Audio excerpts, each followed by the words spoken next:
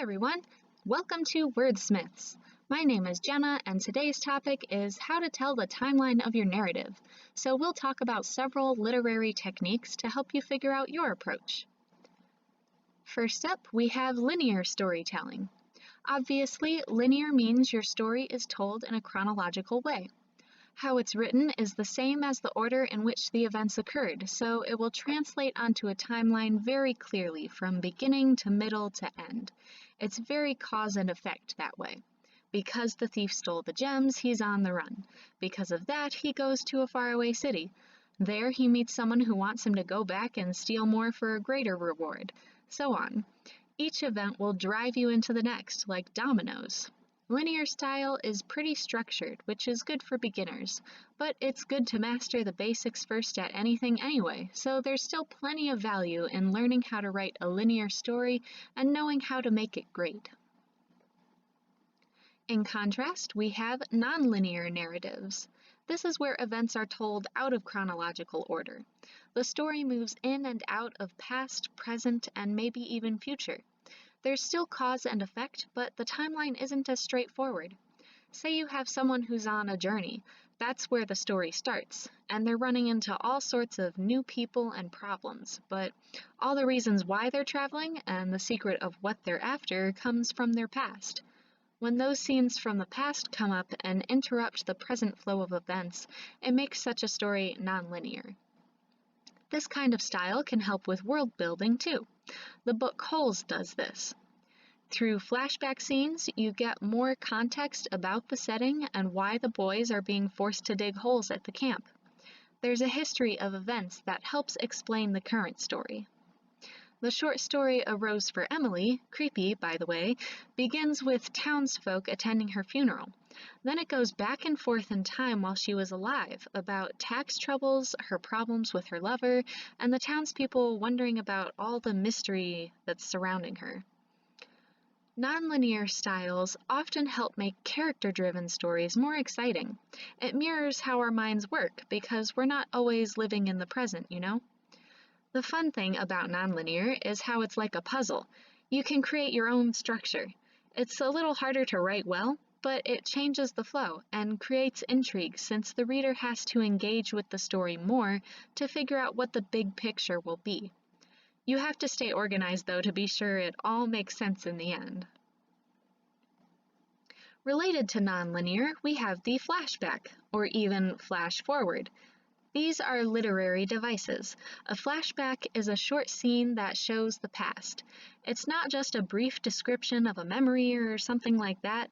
It actually takes you back to that time and is treated as a full scene, or a series of scenes, depending on how much time the flashback covers. So many novels make use of this technique. It's great for showing important memories, developing a backstory, and giving context to what's happening in the moment. Again, pretty much any story can make good use of flashbacks. A flash forward goes forward in time, like foreshadowing, but instead of just hinting, you actually get to see what the future holds.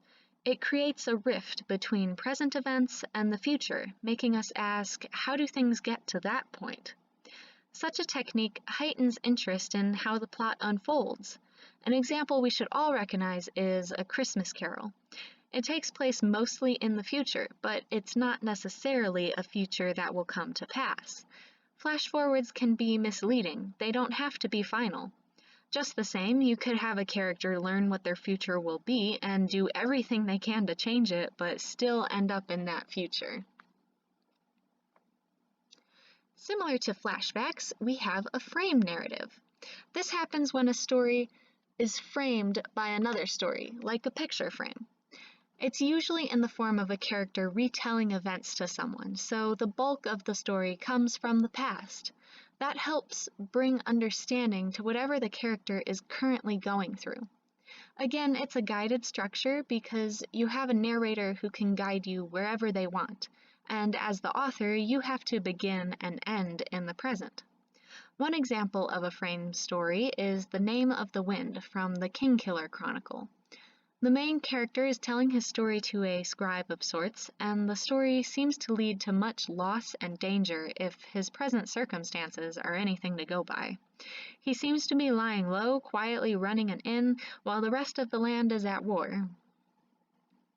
And this is the French cover, because I think it's way better, and I don't have a good book cover for the next example, which is Frankenstein. This book is actually a multi-layered frame. An explorer named Robert Walton writes letters home about his travels, and he happens to meet Victor Frankenstein, who tells him the story of how he created the monster. Later on, some of the story is told by the monster, who's trying to find his place in the world, and he's telling his story to his creator, Victor, who then translates it to Robert Walton. So that's like 3 layers of framing. So frame narratives are also considered nonlinear because the narrator can jump around in time, and with such a case as the Kingkiller Chronicle, it creates a gap in events and curiosity about how the present came to be. Next up, parallel plots. These are nonlinear as well because a story told in this style doesn't have to be told chronologically. It follows more than one character, and if you're paying attention to character A, you won't know what's going on with character B at the same time. And their plots might be years apart, instead of like in the same week. The plots will, however, be linked by characters, events, or themes. For examples, Finding Nemo and Lord of the Rings. They both follow different characters at a time because you have to know what's happening in multiple locations to get the full story. As we've said before, a plot can happen in more than one place. Telling a story this way helps the audience fully understand the story's events. In some cases, parallel plots make the story more exciting because it builds that anticipation for when events and characters finally come together. So overall, the reveal of information is one of a writer's best weapons. What you write when matters. Don't be afraid to experiment with time, forward and backward. A story that might be dull when told in a linear style might be quite fascinating when told in a nonlinear way. How you reveal details gives you the opportunity to use different types of literary irony.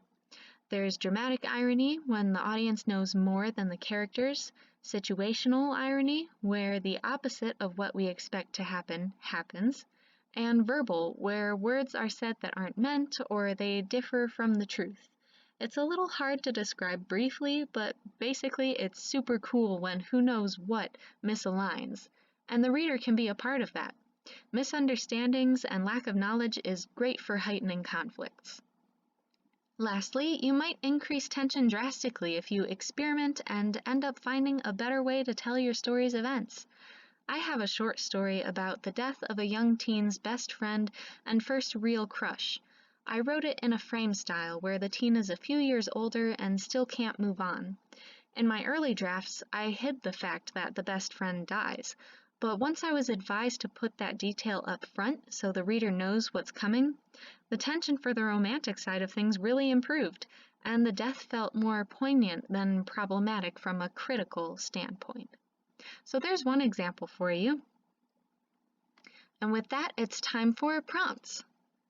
For the first one, write the main events of your story or one you admire on note cards in chronological order.